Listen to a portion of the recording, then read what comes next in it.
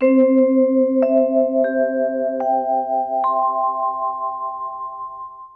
दिन यशोदा मैया ने विचार किया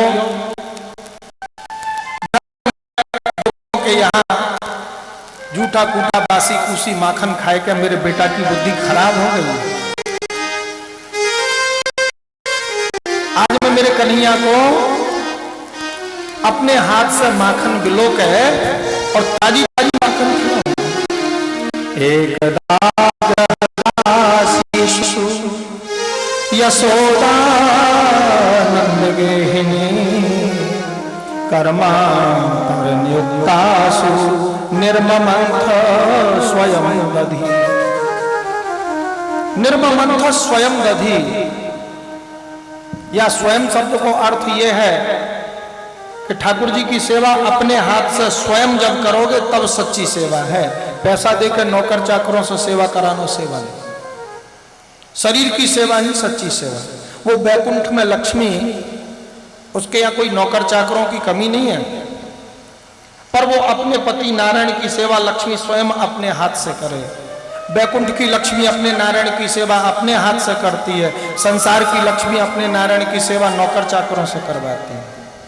स्वयं जब सेवा करो तब फल की प्राप्ति हो। तो माखन निकालने वाले को कर्मांतर नियुक्तासु निर्ममंथ स्वयं दधी। माखन निकालने वाले को दूसरे काम में लगा के आज स्वयं माखन निकाल।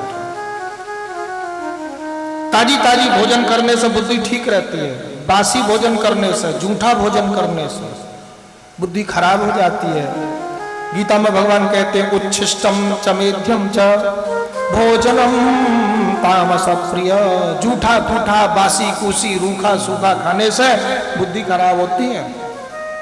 सुबह बना दिया, शाम को खा लिया, शाम को बना लिया, अगले दिन सुबह खा लिया, खाते खाते जूठा कर दिया, फिर रख दिया, शाम को फिर उसी में से खा लिया, फिर रख दिया, उसी में जूठे हाथ लगा दिया। अपने ही जूठे गिलास में दोबारा पानी पीने से भी बुद्धि भी खराब होती है और स्वास्थ्य की दृष्टि में उसमें कुछ बैक्टीरिया हो जाते हैं जो बाद में आपको नुकसान करेंगे जूठे में पीने से, खाने से।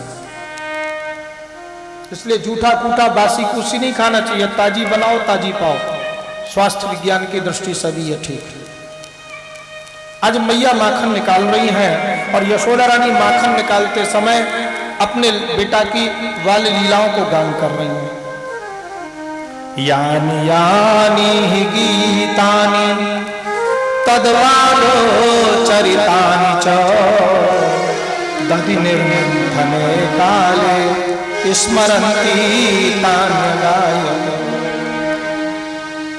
मैया प्रभु की लीलाओं को याद कर रही हैं, गान कर रही हैं।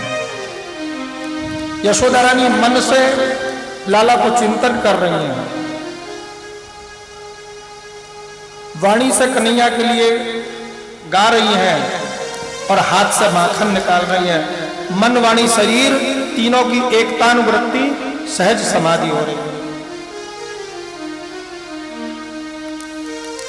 शोभा मेरे श्याम ही की है, शोभा मेरे श्याम ही की है, शोभा मेरे श्याम की है, शोभा मेरे श्याम ही की है।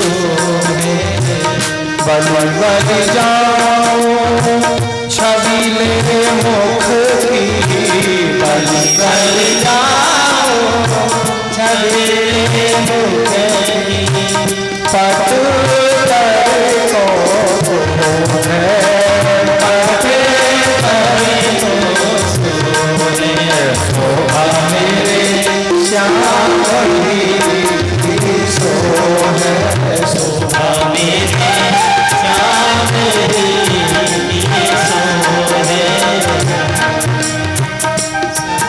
आज यशोदा मैया बड़े प्रेम से माखन दिलो रही है। सुखदेव जी कह रहे हैं राजा जरा हमारी मोटी मोटी गोरी गोरी यशोदा रानी के दर्शन तो कर लो। बैठी रहती थी, बैठे बैठे निर्देश देती रहती थी, ऐसा कर लो, ऐसा कर लो, ऐसा कर लो। हर काम के लिए बहुत सारे सेवक थे, बैठे बैठे निर्देश देती थी, स्थूल हो गई थी। आज मोटी मोटी गोरी गोरी यशोदा मैया को माखन बिलोना पड़ रहा है, परिश्रम कर रही हैं। जरा दर्शन तो करो कैसी लग रही है। क्षौमं वासः पृथुकटि तटे बिभ्रति सूत्र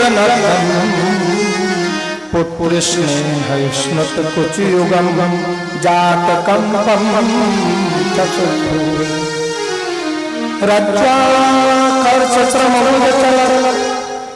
कंकणे कुंडले च शून्यं वक्त्रं कवलं मालती निर्मलम्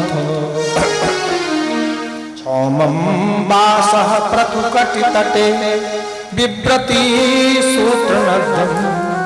प्रातःकाल यमुना में स्नान करके यशोदा मैया ने क्षौमं वासः रेशमी वस्त्र पहनो। रेशमी वस्त्र वायु से शुद्ध हो जाए। क्षौमं बातें न शुद्ध। 12 पाट को, एक पाट 2 गज, 12 पाट 24 गज घेर को लहंगा यशोदा रानी ने, जिसमें मोटो रेशम को नाड़ा है, उससे कमर कस के बांधी है। और मैया लाला के लिए माखन निकाल रही है ना, मैया के शरीर में लाला के लिए वात्सल्य प्रेम रूपी दुग्ध भरो भयो है। रज्ज्वा कर्ष चर्मभुज चलत कंकण कुंडले च। मैया माखन बिलोने के लिए जब झर झर झर रस्सी खींच रही हैं, मैया के हाथ में चूड़ी खन्न खन्न खन्न बज के बधाई दे रही है। धन्य है यशोदा मैया। हाथों की शोभा आभूषण से नहीं, हाथों की शोभा ठाकुर की सेवा से। कुंडले च, कानों में झुमकी पहन रखी है, वो झुमकी झुनझुन झुनझुन बज के बधाई दे रही है। धन्य है यशोदा रानी। कानों की शोभा आभूषणों से नहीं, भगवान की कथा सुनने से। स्विन्नम वक्त्रम कवर विगलन मालती निर्ममंथ।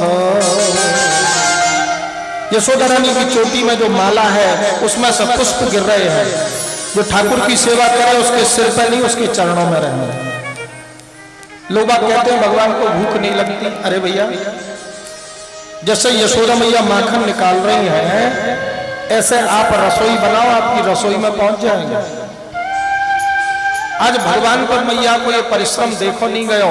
कन्हैया जागे हैं, जाग के भागे हैं, दौड़ के आकर रही पकड़ ली। मैया क्या कर रही हो बेटा? तेरे लिए माखन पिलो रही हूं। तभी कन्हैया की दृष्टि मैया के दुग्ध पर चली गई।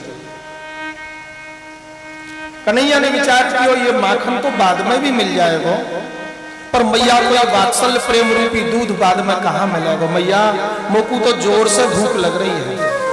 मैया ने विचार किया बेटा को भूख अभी लग रही है, आधी घंटे बाद माखन दूंगी।